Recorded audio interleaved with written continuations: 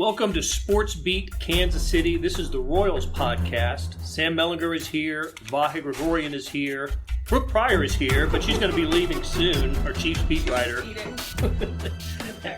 and I'm Blair Kerkhoff, and we're gonna spend the next few minutes talking Kansas City Royals. As we record this, the Royals are preparing to finish their 3-game series at Pittsburgh, and they stand at, I think it's 52 and 99. I don't know about the 52, but I'm pretty sure about the 99. So it's pretty obvious that the 52. Okay. Sam assures us that I'm right on the 52.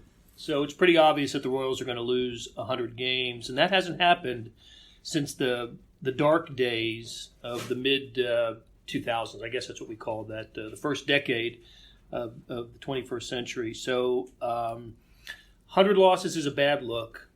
And it's not what we thought we were going to see from the Royals when the season started. I don't think any of us anticipated a playoff team. I don't think the Royals anticipated a playoff team, but I also don't think they saw 100 losses coming. How much of a bad look is it?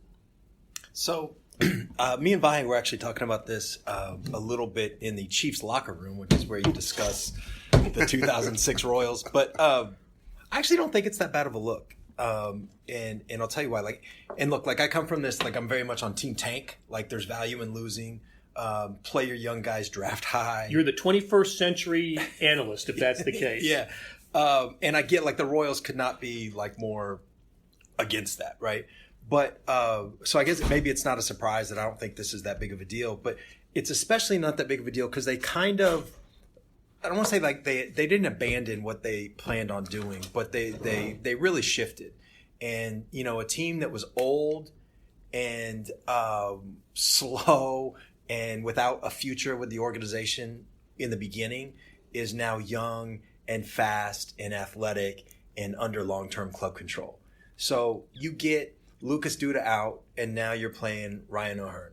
Alcides Escobar is still in the lineup, but he's no longer the everyday shortstop. Now that's Adalbert Mondesi. Mondi. Yeah. Mike Moustakas, fan favorite for good reason, but now Hunter Dozier, who's 26 or 25. Brett Phillips, Brad Keller, geez. So my point is, if you're losing games with those kinds of guys, you're getting to see what you have.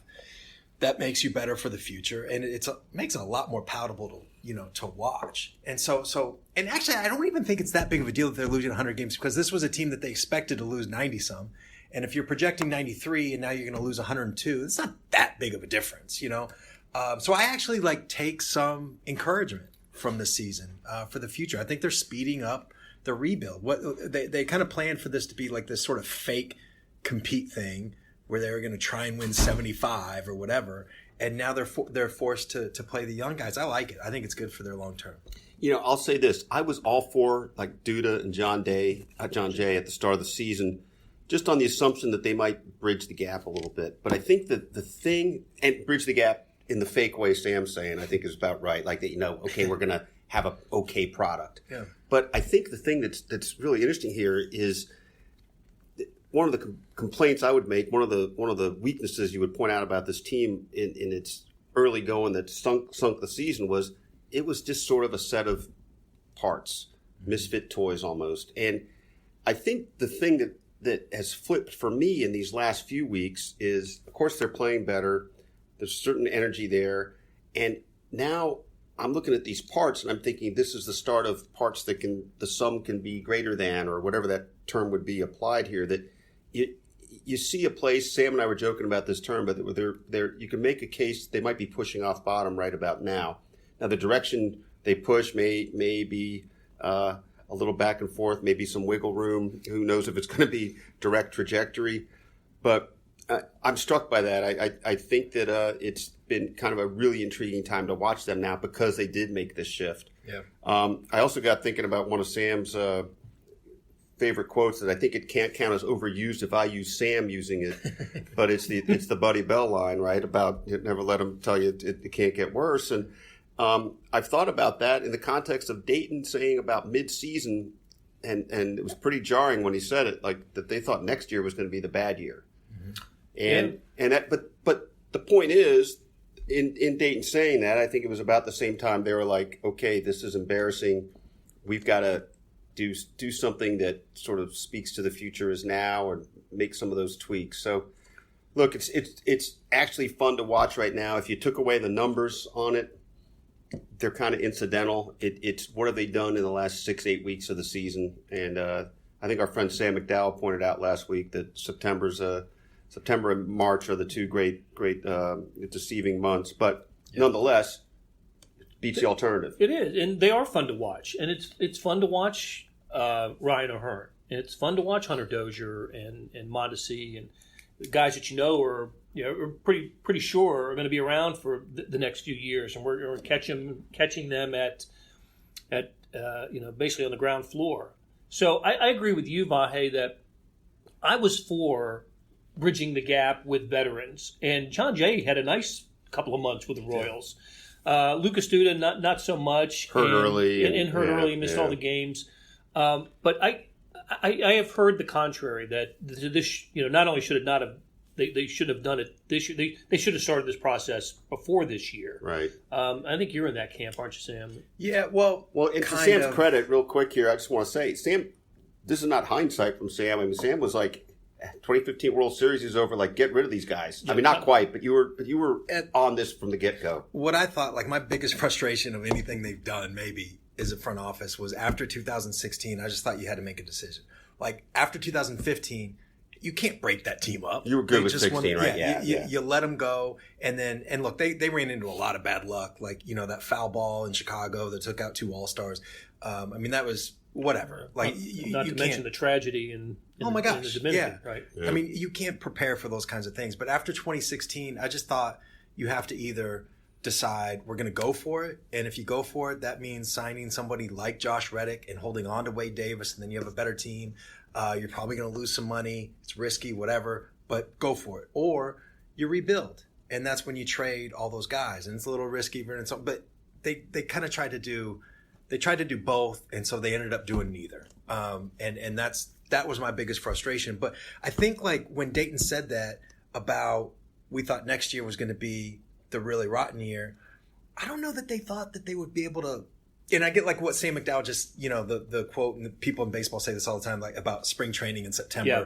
They'll fool you. But it's not just September. I just looked this up. Since the All-Star break, they're 25-31, which isn't great, obviously. But they've only been outscored by 2 runs since the All-Star break. And that's a longer, that's not just the last week or whatever. No. And they're above 500 over the last, 2-3 weeks, something like that. So it's a group that I think, because look, they didn't expect to get this out of Brad Keller. Right. For sure. No, right. What a find. He turns out to be. Mondesi, I don't think they could have. They've always had high expectations, right. But they didn't think he'd be this good, like this, like offensively. I mean, he's killing it. So, I mean, they've had some jumps up. Ryan O'Hearn, they had no way of expecting that kind of production. So, to me, I don't.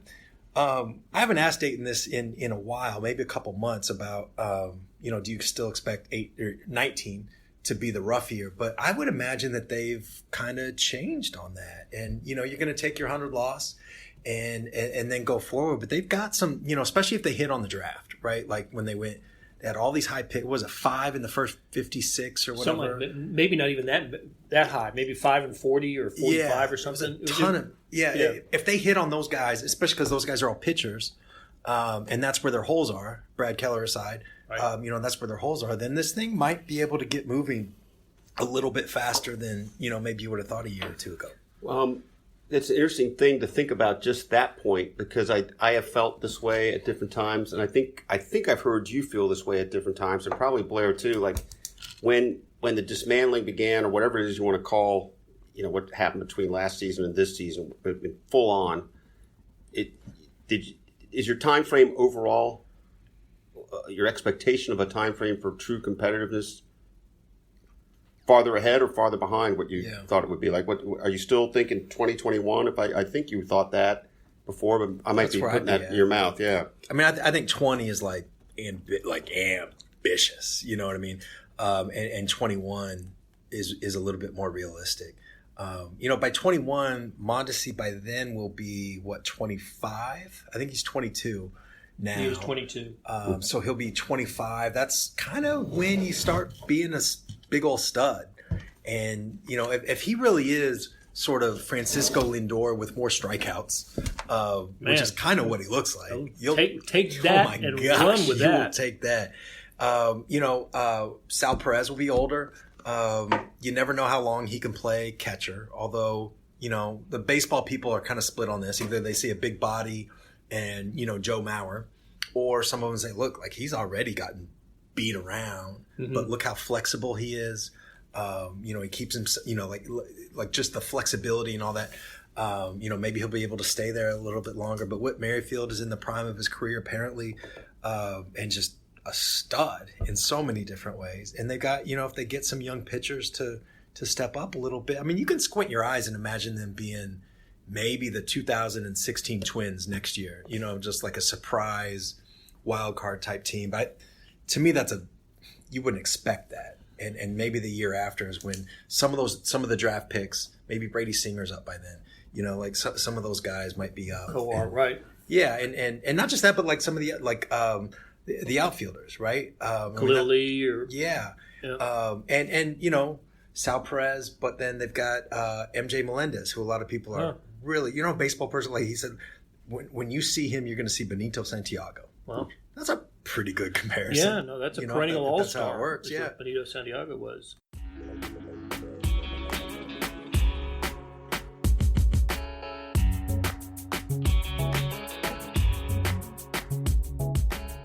Hey, it's Blair Kerkhoff, and if you're listening to this, you love Kansas City sports, whether it's the Chiefs, Royals, Sporting, Mizzou, KU, or K-State. And no one covers these teams like the Kansas City Star. If you currently subscribe to the paper or have a digital subscription, thank you for your support. And if you don't, here's a great offer. It's called Sports Pass, unlimited digital access to every sports story and video on kansascity.com. And it's just $30 for the first year. It's the best sports value in town, just 8 cents a day or $2.50 a month. You can't beat that. Subscribe now at kansascity.com/sportspass.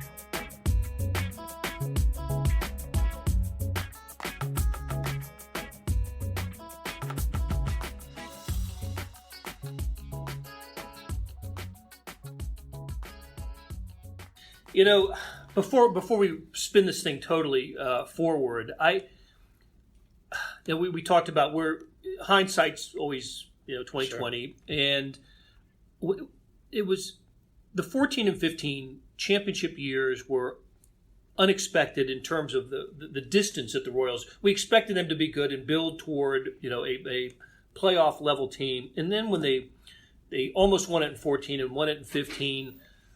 I wasn't ready for them not to continue to be good, and they were average. They were average, obviously 500 in 16 and 17, and I was okay with that to an extent. I just thought they're competitive. They still have the guys that my kids grew up watching, and I think that this is fine. I was just living in the here and now. And it's going to be painful. This year's been painful. The next couple years are going to be painful. I hate hearing about 2021. I'm ticked off that the Cleveland Indians have built an organization that they could take advantage of the Royals, the White Sox, the Twins, and the Tigers, all being rebuilding or regenerating. And they're not. The Indians aren't a championship. They're not a World Series championship level team. But they win the division every stinking year. The Royals have won one division in almost 30 years. That's right. And I wanted my problem is the failure of 16 and 17 not to capitalize on the roster. And as you said, as you pointed out, the not knowing, being indecisive after 16 was set up bad 17 and set up the future that we're the present that we have now. I don't know. So that's sort of my sense of disappointment in the organization, not to take advantage of a division that's ready for someone to be good and take advantage of, and they couldn't. The Royals couldn't figure out a way to do it. They had holes in the draft, and they absolutely had holes in the draft. And look at those number one picks in the last decade, or last 7, 8, 9 years. Right. The Christian Colognes, those drafts. Yeah. And yeah, there's so many. I mean, right? You think about Zimmer, you think about Aaron Bubba, Crow. Aaron Crow. I Yeah. mean, it's how much. Former All-Star Aaron Crow. That's right. He was. He represented. Yes, he was. I'd say this in my conversations with Dayton, and probably conversations you've had too. It seems to me he's as conscious of this as, or more than, of course, than fans or than we are, and thus quite cognizant of trying to build sustainability as they set about this process. How complicated is it to try to be fast and sustainable? I mean, are those at odds? I think they are, don't you guys? I just think part of the reason they're in this mess is that they didn't reset earlier, because they tried to do both. And I get the Cardinals are a good example that people bring up. That's the one that gets Blair every time. It just eternally frustrates me that they have figured out the way to be good and competitive, and every single year there are no dips with the Cardinals. Totally, there are no dips. Yeah, that's what I want for this organization. Yeah, and there's maybe not 29, but there's probably 26 teams that would like to. I know, but the Cardinals are the ones that are 240 miles away. Yes, in the same, residing in the same state, paying the same taxes, getting the same tax money. Yeah, I get it. To me, I think that's probably the biggest criticism, the fairest criticism of Dayton, and the one that he probably takes the hardest and the most personally, the one that he would say this is where we failed, because that's not he look where he came from, right? That was the most sustained winning and the gold standard of baseball, consistency, recent baseball history, right? 30s, 40s, 50s Yankees, but and I think that's how he thought it was going to go here, and I just maybe my expectations are high enough, maybe that's on me, but I just don't think that's realistic in the number 29 market, in baseball, with an owner that's not going to extend, an owner that even in the midst of a World Series run is saying this has to be payroll neutral if we're gonna trade. I just, those types of things, I just don't know how realistic it is that their down year is going to be 85 wins or whatever, which the Cardinals did one year and ended up in the World Series, right? They won the World Series. Yeah, 83. They went 83 and 79 or whatever. They beat the Tigers in the series. I think that was 2006. It was 6. Yeah. 06, which happens to be the last year that the previous year the Royals lost 100. Yeah, that was the Royals rebuilding year. Oh gosh. Hey, a twist on this, by the way, is if the Royals do win the World Series, the next World Series in the state of Missouri, they'll have won as many World Series in their existence as the Cardinals have in that span. So they're just one behind, huh? Just one behind. Of course, one of them's the pivot one. It's just kind of an interesting, side note. I mean, but the point is, you'd rather be in it all the time, right? I mean, it's not being in it is really empty. I think you'd rather have the Royals last 15 years or whatever than always being the third best team in baseball, right? I think you'd want the parade. Yes, yeah. If you promised a parade, and the other year, going to the ninth inning of Game 7, yes. But there's still no question. It was just a kind of a jagged road that they came to, right? Our time in 2012 that turned out to be just an embarrassment. That was supposed to be, maybe what 2013 ended up, and 2013 should have been what 14, and 16 should have been better than it was. They just kind of but 14 and 15 should never have been what they were either, really, right? I mean, I couldn't say should never have been, but that was. Well, you had an 89 win team go to Game 7 of the World Series and lost to an 88 win team in the World Series, right? But then they were the best team in baseball in 15, and they really were. They were, and they're maybe one other time in 50 years the Royals could have said something like that. Yeah, they were the best team. I remember thinking about this too at the time, and look, we were all kind of wrapped up in it, and maybe forest and trees and all that stuff. But I thought they were one of the better World Series champions of the last 10 years or so when they won it. That was a really good team, and they didn't have the sort of surefire Hall of Famer or whatever, but that was just a damn good team, top to bottom. The 22-9 postseason record of the 14 and 15 teams is, I think it's unsurpassed in terms of number. They maxed out on the number of wins except for -1 Yeah. because they lost Game 7. And I don't think there's been a team in baseball history that's won more postseason games in 2 years than the Royals did. So the formula. I think that speaks to, or at least brings up the question: Are the Royals of 2018 ahead of the Royals of 2006? So that's a good in some ways they are not, and in some ways they are. I think the big league team is better, and I was just looking at 2006. Do you guys know who led the 2006? What was that Royals? lineup? I like the grin that comes over your face as you're looking at it. Do you guys know who led I wouldn't have guessed this, I don't think, but the 2006 Royals leader in RBIs? I'm not even going to embarrass myself by guessing. That wasn't Guillen was gone by then, wasn't he? That wasn't. Guillen was gone, or no? Guillen wasn't there yet. Oh, Guillen came later. Not Brown. Emil Brown. Emil. I never knew it was Emil or Emil. Yeah. Emil Brown. How many RBIs? He can beat you in so many ways. 81. 81 he RBIs. had like 20 home runs that year, didn't he? He had 15 that year. Okay. Mark Teahan, who I believe was the team player of the year that year, led the team with 18 homers. Led the team with 18 homers. I believe that starting staff was pretty stout that year too. Yeah. I can't say this without giggling, but the rotation, most of these guys, very nice guys, by the way, good clubhouse friendly guy. in the clubhouse and all. I want to say that up top. That was the year Mark Redmond made the All-Star team, I believe. Led the team with 167 innings. Led the team with 11 wins. Well, what's this year? A 5.71 ERA, but that wasn't the worst of the starting staff, guys. That would be Renelvis Hernandez. Oh gosh. Who once inspired, as long as we're talking about Buddy Bell, who once inspired Buddy Bell to say, "You're not good enough to be this much of an a-hole." That's what he said. How do you like? All right, Andy Cisco out of the bullpen. They gave him 65 appearances. 65 appearances, and his ERA was 7.1. 7.1. I know it was a different game.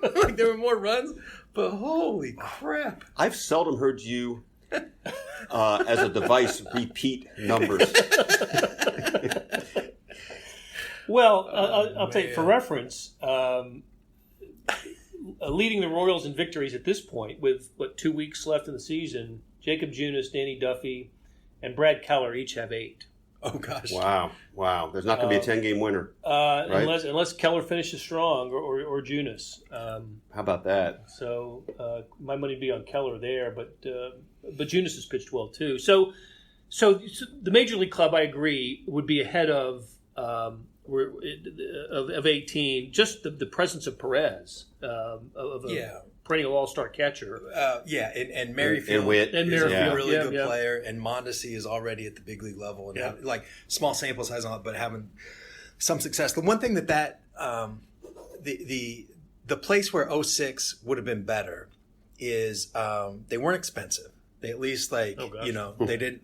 They didn't have these big. They didn't have. It was like an $18 million payroll, right? I mean, didn't have the Gordon contract. Didn't have the Ian Kennedy contract. Yeah. I mean, those are bad. And then they also, I think this is one of those reasonable minds could disagree about the farm system as a whole, but I think most baseball people would take the 06 farm system because they had Gordon.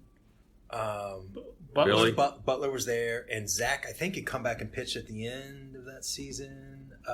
Yes. So he had left during spring training, if I remember right. Yeah. And then came back later in that year. So those are 3, and they all turned out to be really good players. And at the time, 3 kind of top shelf prospects.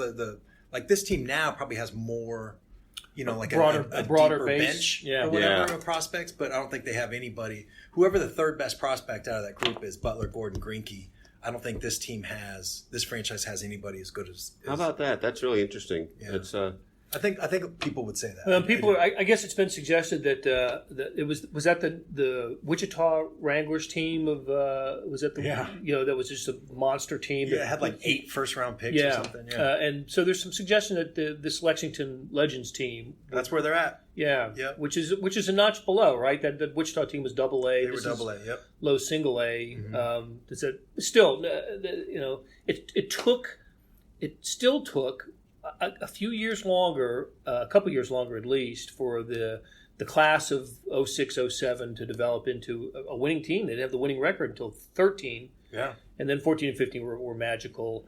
I'm thinking that Dayton and the group, having been through that experience, have a sense of this and a feel for it, and maybe that experience will pay off in accelerating the process this time. That'd be my gut feeling on this too, and certainly you can criticize decisions they've already made along the way that have either impeded that, but you can also say X, Y, and Z have worked out right.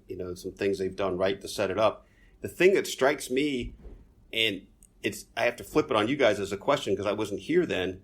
I do feel like you look at this scenario now and you think it's inevitable that they will be competitive again within a few years. I think you think that. I think that. But I don't know if you thought it was inevitable in 06 that they'd ever be competitive under Dayton. And so just that reframes, right? You don't know. You didn't there's trust no basis. You didn't trust anybody then. The brand. Yeah. The brand stunk everything. Oh, right? Thought, so in 06 it was inevitable that they would never win. No, that was right. They were going to be bad forever. So there was no reason to even buy in on this is just the latest guy coming to town, and I think other than you might think well of him, right? I mean, there was reason to think well of him, but what he can get done is another question. By 07, the thing that changed was in 07, you would hear people in other organizations say, look, we know the history, obviously paraphrase, but look, like we know the history there, but this is different. Like they're at least doing things the right way. This is a major league organization now. They're like, spending money on amateur talent. They opened up an academy in the Dominican. They may have been 30 out of 30 to do that, but still they did it. They spent on amateur talent in a way that they hadn't before. I mean, those things were real, and that's not something that they were saying and it's not their fault, but that's not something that other baseball people were saying when Herc Robinson was in charge and Alec Baird, because they just didn't have the funds. I've always thought that Dayton's greatest strength is not like scouting or whatever, but it was like convincing David Glass that he had to operate a little bit different. By the way, I assume this, but I'm not certain of it.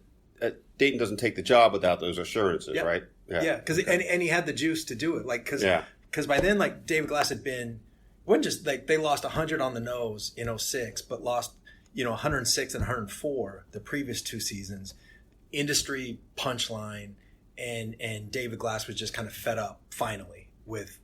This isn't working. I need to go outside because, it had been like kind of promote from within. I need to go outside. And Dayton did, he'd turned down jobs before. Right. He turned down the Red Sox. He turned down the Diamondbacks. He turned down, and so he didn't need the job. He would have been the next GM, in Atlanta, place where he grew up. So he didn't need the job. So he could kind of he had some leverage. Yeah. You go into a negotiation and you don't really need the job, and the people around you are telling you don't take that job. You may hold out for a few more things than you would otherwise. Okay, so again, they're at 99 losses. The Royals are going into tonight's game, and 106 is the franchise record. And I don't know. I think about those things. Maybe that's the old baseball guy in me. I know that number, and I don't want this group to have that number, and they'll have to play 500 or better. I don't have the schedule up in front of me. They would need to win 57 games, right? That would be 105 losses. Right. Yeah. So they need to win 5 out of, what would that be, 13? 5 out of 10. 5 out of 11. 11. 5 out of 11. 5 and 6 the rest of the way. 5 and 6 to avoid it. And they have the game in Pittsburgh. They go to Detroit and Cincinnati, and then 4 against Cleveland to end the season at Kauffman. We'll see if it happens. They have been playing better lately. They're kind of fun to watch. To watch these young guys. I certainly agree with that sentiment that it's more interesting now. And Sam, I remember you making that point. Heck, back in May, how much more fun it was going to be to watch the Royals in August and September than it was at the time. And you're absolutely right. So, well, that's going to do it from us. We really appreciate you tuning in and listening to the Sports Beat Kansas City podcast. For Sam and Vahe, I am Blair, and we'll talk to you again next week.